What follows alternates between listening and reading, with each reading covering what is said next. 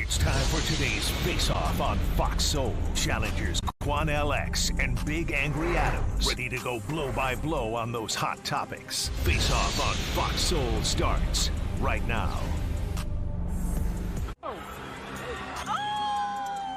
New at 6:30, a show of poor sportsmanship at a high school track meet in Virginia on Saturday. One runner can be seen attacking another runner with a baton. The student who was hit has a concussion and a possible cracked skull. She was immediately checked out by doctors. The runner who was accused. In this round, here's Quan LX. Well, Charles, that was a video and a news clip of a young woman involved in a track meet in Virginia. And there were a number of schools involved in that track meet, and they were obviously in some type of relay race. And for some reason, and the young woman has not clearly stated what the reason was, many believe that the reason why she stated that she did it was a fictitious lie, but she's saying that she stumbled and accidentally went forward, hitting the runner in front of her in the head. And it appears that the young woman who was hit suffered some serious injuries. And so now people are angry, people are outraged, and some are calling for this young girl and the entire team to be suspended from all future tournaments. But if this young woman really did this on purpose, it is absolutely beyond poor sportsmanship. This is almost a criminal act. So what she did, she should be punished. I'm proud that her parents and the school reached out to the other young lady, her family and the school, and apologized to them. But the daughter did just the complete opposite. I believe she gave an interview and tried to justify or whitewash what she did. Matt, do we have that interview? Can we pull that one, please? The young athlete in question says there's more to that video than meets the eye. Everybody has feelings. So you're physically hurt, but you're not thinking of my mental, right? Alayla Everett is a decorated athlete and senior at IC Norcom High School. She would have never thought her trip to the Class 3 track and field state finals last Tuesday would take a drastic turn. They're going off of one angle. Alayla visibly emotional because of this video from the meet. This was a 4x200 meter relay race, and she and a Brookville High School athlete were rounding a curve on the track when they nearly collided with each other. Okay, after a couple times hitting her, my baton got stuck behind her back like this, and it rolled up her back. I lost my balance, and when I pumped my arms again, she got hit. It appears intentional, but Alayla says it was accidental. But I know my intentions, and I would never hit somebody on purpose. I didn't have to see your first video, second video, 10th video. I know 100% that she won't do this to nobody.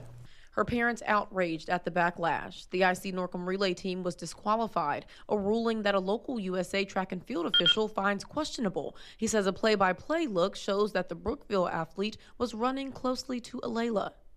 If a person comes up on the outside, they got to be a full stride ahead of me before they can cut in front of me. The other family spoke with the news station in Roanoke asking for an apology from Alayla, something she wants to give, but she says the other athlete hasn't been receptive, blocking her. Charles, I watched that video, and I would love to give that young woman benefit of the doubt. But what I watched in that video didn't seem accidental to me at all. I've watched hundreds of relay races. I've never seen nothing like that. I've seen many women lose their balance and fall. I've seen women run into each other, men run into each other and fall on the track. A number of people stumble and others will fall. I have never seen a move like that from back here, coming up and down on the back of somebody's head.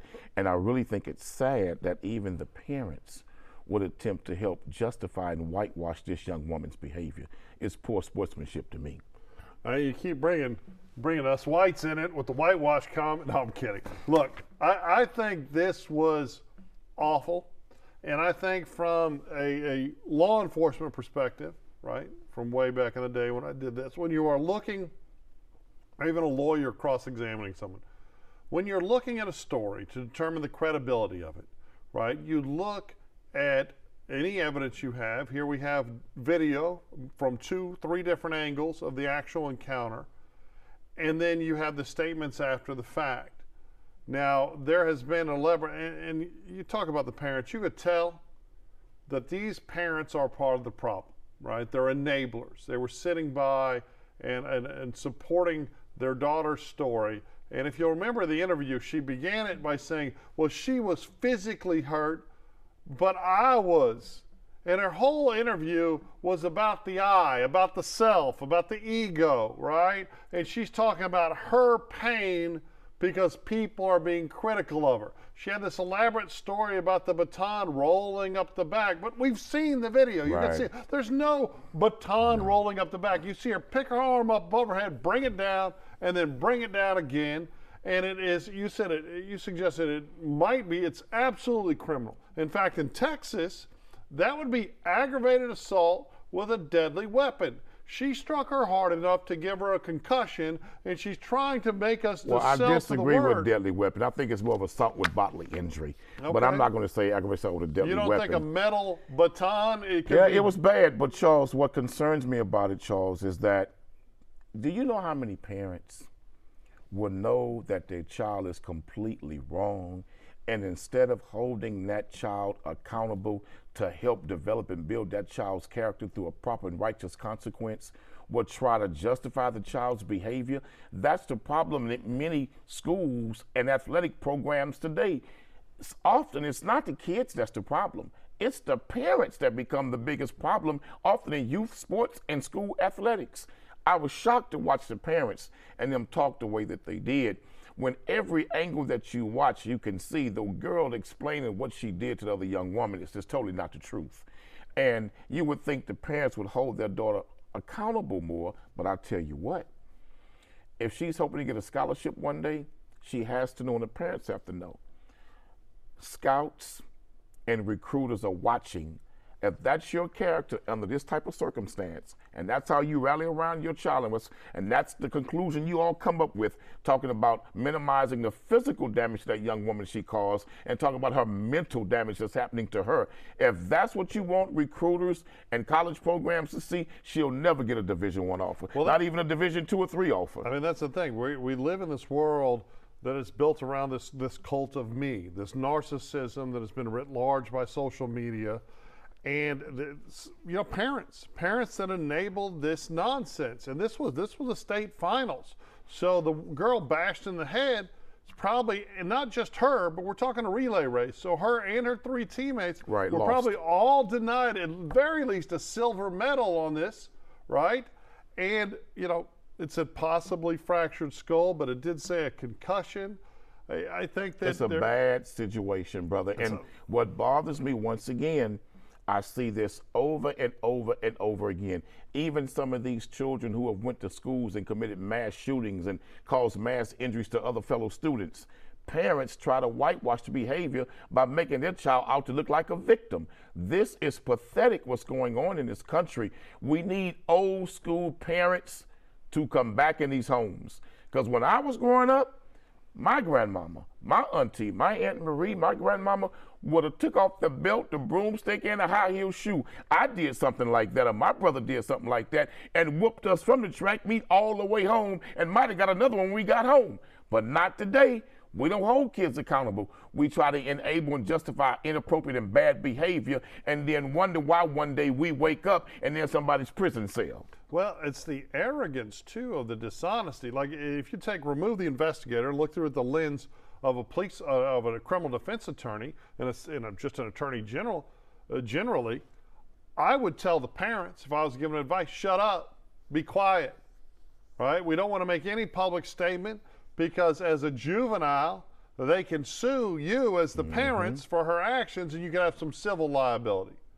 As your child could be facing criminal charges, and I don't know if she was a senior and she might be of the age of criminal majority, right? So she might be able to be looking at prison or county jail, or she could just be looking at a juvenile But this is happening. But she needs to be quiet. But this is happening in school programs, not just track and field, basketball, volleyball, softball, football, cheerleading programs.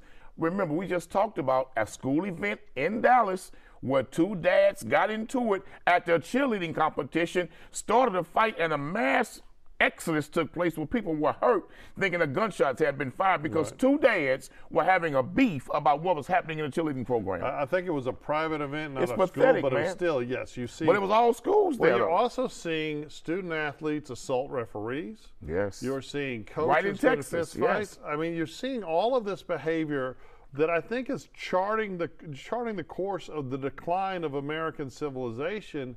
Because we're not saying, hey, we can't tolerate this. In fact, we are coddling kids, just like this clearly coddled young woman who is literally weeping about her emotional injury while discounting the actual physical injury to her opponent. We are coddling children, and it all starts off with giving everybody a trophy even when they don't win something, but telling people that they're always entitled to win. And that's not how the world works. But this You're case- supposed to put the work But in this and case, to earn the me- W. This case to me is not so much about entitlement to win. This is about condoning and whitewashing and trying to sanitize poor sportsmanship and poor behavior.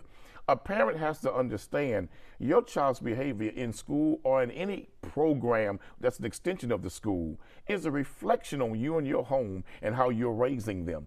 And I would wish that we get back to parents that back in the day, if the teacher called home, the parent didn't take the teacher and then say, oh, wait a minute, let me talk to my child. Teacher, you may be lying. Honey, is the teacher lying on you?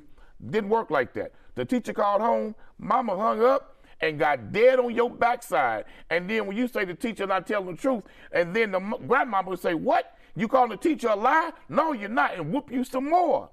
Charles, we have gotten away from parents holding students accountable. And now in these school programs, teachers are just saying, hey, I'm here to get a check because the support I need from the home is not there. The child acts a fool here on campus. Nobody's here supporting me. Nobody's helping me. Let me get my check and move on. And we wonder why America's academic success and academic rating is on a consistent, constant decline. Well, I would absolutely agree that parents fail to participate in their children's academic education, parents' failure to discipline, but I don't think it's just the parents. We have an entire system devised, you know, in I think the last 15 years by the Federal Department of Education that has handcuffed administrators who have in turn restricted teachers and their ability to punish a great number of kids. A lot of it based on demographics as opposed to behavior, which is insane.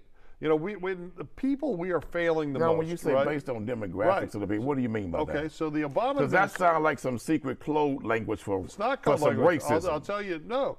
So the Obama administration, through the Department of Education, tied to dollars, said we have to have parity in consequences, right? We have to have the same number of white kids. That's not what he said. It's exactly. He wanted you're equality lying. in the punishment. You're you not. calling it parity, No. but what he wanted was fair equality. Absolutely not. That would make sense. What you're saying would make perfect That's sense. what he was asking for. No, it's not. You're lying. Because it came down to the Okay, suspension hold on, rates of hold black on, kids compared to hold white on. kids Well, for the same there- infractions. there's the key. For the same infractions. There's the key. It's suspension rates, right? What he did was not looking. What we want in America is equality, right? Equality is now a bad word, right? We want equity, right? And equity, parity. So at the end of the day, what the Obama administration did was say, if you punish an outsized number of kids of one race, right, then you have to stop either punishing them or punish more kids of another race. That's not what the Obama administration said. That's not what they said. So what they did in a lot of major cities is they said, well, we're just not going to punish this demographic. Charles, you let just me sit there finish your and told damn a sentence. big old lie. No, you're lying. Obama didn't ask for that's that. exactly what he did. So what you had was who suffered, right? So before, historically, clearly, black young men would be over punished in schools, and when a white kid would commit the same infraction, he would get a wrist slap. That's completely unfair, right? But that's the fact of what was happening. Right. It was absolutely happening, and you need to fix it with equality in punishment. But instead, what the Obama administration did was to say, well, let's look at the percentages. And it did not take into account that if you have some kids of a race committing a rule violation more often, those kids need to get punished. But that's not my interpretation of what they asked for. It wasn't an interpretation. Charles, it was an executive order. What the Obama administration was doing. It up. No, what they were doing was saying that if you have black students being suspended for an infraction, and you have white students who are committing the same infractions, but they're not being suspended. They were questioning and challenging the inequality of the punishment. That's inequality. And what they wanted was equal punishment. Okay, that's not what they did. Not equal numbers, equal punishment for the same infractions. Let me make it simpler for you. Okay. No, just make it truthful for me. Yeah, you're the one lying. Murder rates, okay? Murder rates are about even if you look at the number of murders committed by whites and blacks, right? But black men commit about, 14.75 murders per 100,000, whereas white men committed about 4.6 times. So, but who are black men killing? Hold on. So, well, that's my point. Let's wait. You never let me get to my point. So you have black male criminals, not all black men. In fact, just a little bitty in a whole big 100,000, right? But you have a smaller little bitty of white men, right? All you're talking about is the murders. You're not talking about the regular people, right? But let's distill it to his Department of Education rules, and let's just pretend murders were being committed in schools, and black young students. White kids commit more murders in school than black. Yeah, white kids kill more than black ones. But black kids don't kill in American schools like white kids do. Absolutely not true. White kids are your biggest mass shooters. I get that you make stuff up. White kids are your biggest mass killers. That's not my point, Cornell. My point is, and when you talk about murders, Charles. Oh, my goodness. You talk about murders, Charles, black men are killing other black men. Okay. You understand that? Actually, let's be honest. They're actually killing more black men. They ain't killing white folks like that. They killing black male murders like are more likely to kill someone of another race than any other type. But Charles, let me finish my point. But who taught black men to hate themselves to kill like that? But the whole point Somebody taught us we were animals to kill like that. That you couldn't punish the 10 kids that committed murder because 5 and 5. And it's the difference. It's Charles. About per capita. And that's the whole thing. We just need fairness and equality and outcomes. You lie like a corrupt politician. Okay, now. Sure. You've been lying the whole time. You lie like a corrupt politician. But Obama created this situation, and we need to get back to disciplining kids.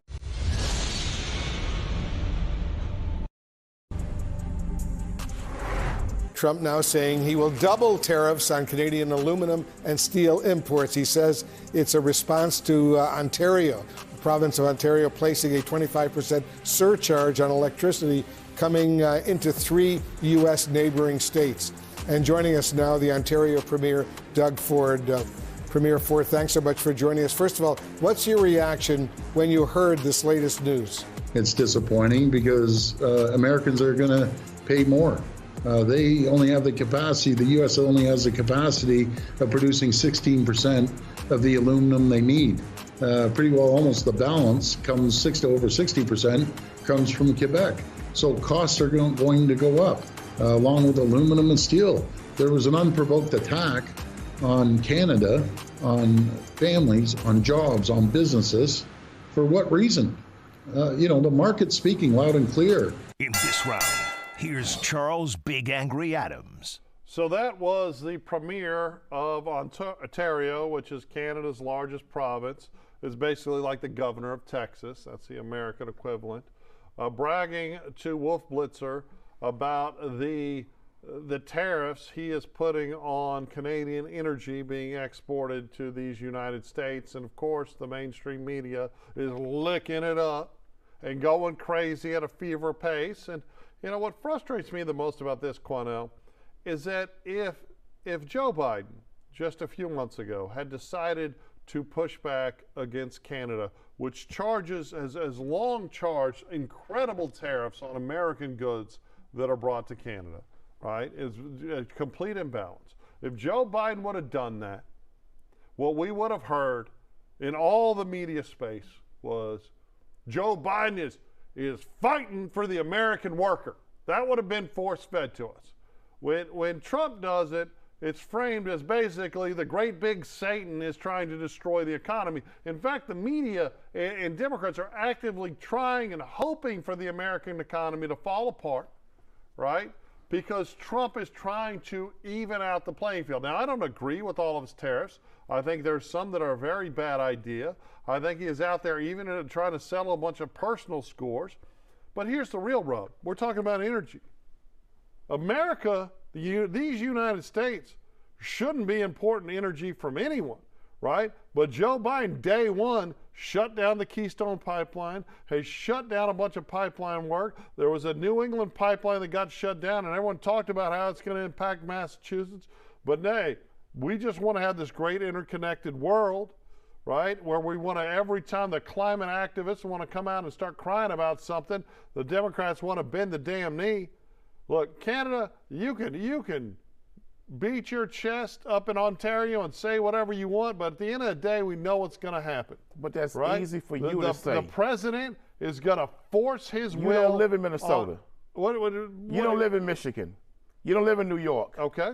So what the premier is going to do now, not a damn thing, by putting this tariff tax on the energy, it's now going to skyrocket the bills for everyday people in Michigan, New York, and Minnesota. Let's watch. Now, let me say this. I agree that some of what he's doing with these tariffs are necessary to bring equality when it comes to international trade into America, because right now we're being treated like a stepchild around the world when it comes to how we do business. Also, Trump's doing a good job. But no, what he's doing, the concept, the idea is right, but I'm concerned about the methodology he's using. Okay. Is it the right methodology? That's my concern. Because what happens, what's the alternative put in place here?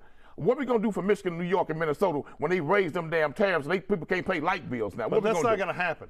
And in fact, the media knows it's not going to happen. Minnesota buys a very small sliver of their energy from Ontario. This is all nonsense. And it's what happened with so Trump. The consumers will not be affected who pay the light bill. No one's going to be affected because they're going to come bend their knee to Daddy Trump, and they're going to work it out. Trump, and I don't even like Trump, and your I'm saying daddy. it. He ain't my daddy.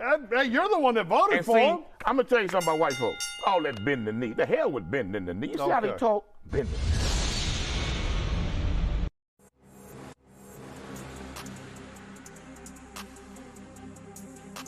That's it for the Face Off on Fox Soul. We'll catch you next time.